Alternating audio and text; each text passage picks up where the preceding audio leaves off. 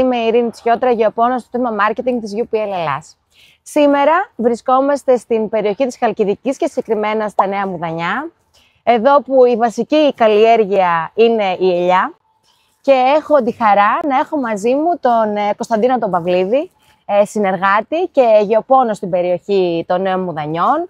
Συντηρεί και ένα κατάστημα γεωργικών εφοδίων εδώ. Λοιπόν, Κωνσταντίνε, θα ήθελα έτσι, βάσει τις εμπειρίες που έχεις εδώ στην περιοχή και τόσα χρόνια που είσαι γεωπονικό κατάστημα, να μας πεις λίγα λόγια για την καλλιέργεια της ελιάς στην περιοχή, αλλά και τις προκλήσεις που αντιμετωπίζετε εδώ. Που γνωρίζετε όλοι στη Χαλκιδική, η βασική καλλιέργεια είναι η επιτραπέζια ελιά Χαλκιδικής και δευτερευόντως έχουμε τα βερίγογκα, φιστίκια αιγίνης, καθώς και φυσικά ελαιόδεντρα που οδηγούνται προς ελαιοποίηση.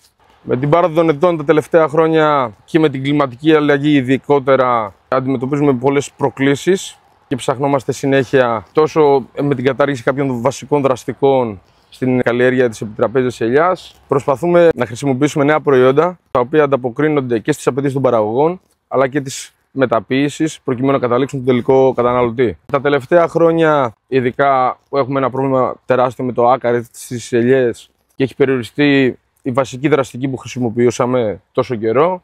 Προσπαθούμε να βάλουμε νέες δραστικές στο πλωστάσιό μας και χάρη στη UPL έχουμε εντάξει ένα νέο υγρό θείο που δεν είναι απλό θείο. Δοκιμάζουμε εδώ και 2 χρόνια πειραματικά, έχουμε πολύ καλά αποτελέσματα, αναφέρομαι στο θειοπρόν. Βέβαια υπάρχει και το κλασικό, το βρέξιμο θείο, το κολπέν, το οποίο είναι εξαιρετικής ποιότητας. Τα αποτελέσματα είναι εξαιρετικά. Ένα άλλο μεγάλο ζήτημα είναι η κατάργηση μερικών βασικών δραστικών απέναντι στο δάκο, γιατί ως γνωστόν οι περιορισμοί που έχουμε είναι κυρίως στα εντομολογικά προβλήματα. Πάλι η UPL με ένα εξαιρετικό προϊόν, το Deco Shield, έχει ενταχθεί στο προστάσιό μας, το χρησιμοποιώ κατά κόρον, που ουσιαστικά δρά σαν αποθετικό του δάκου.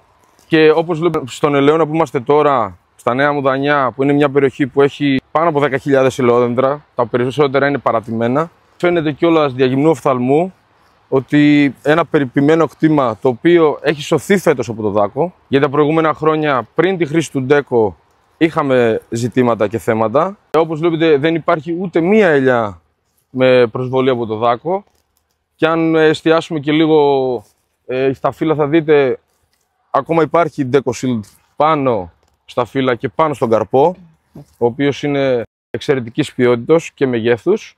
Στην γάμα της η UPL αντίστοιχα έχει και προϊόντα όσον αφορά τον βασικό μας μύκητα που είναι το κυκλοκόνιο. Ίσως τολμώ να πω τον καλύτερο βορδιγάλι αυτή τη στιγμή που υπάρχει διαθέσιμο στην Ελλάδα, το Gramen.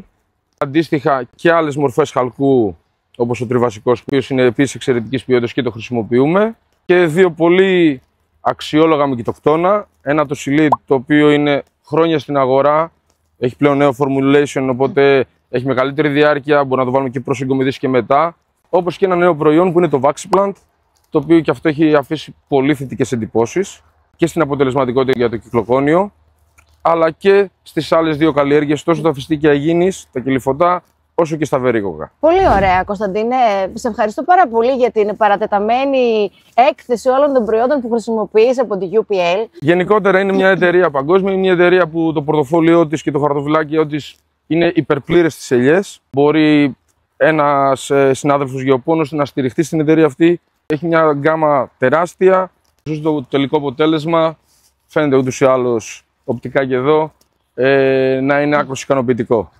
Γιατί αυτό που μετράει και αυτό που λέμε εν τέλει και αυτό που όλοι και εσείς από την πλευρά σας και εμείς από την πλευρά μας είναι να εξασφαλίσουμε το εισόδημα στον παραγωγό. Και όταν τα ελαιόδεντρα είναι στη μορφή που τα βλέπουμε εδώ, έτσι ακριβώς, σίγουρα το εξασφαλίσαμε το εισόδημα του παραγωγού. Για περισσότερες πληροφορίες σχετικά με τα προϊόντα μπορείτε να απευθυνθείτε στο γεωπόνο της περιοχής σας.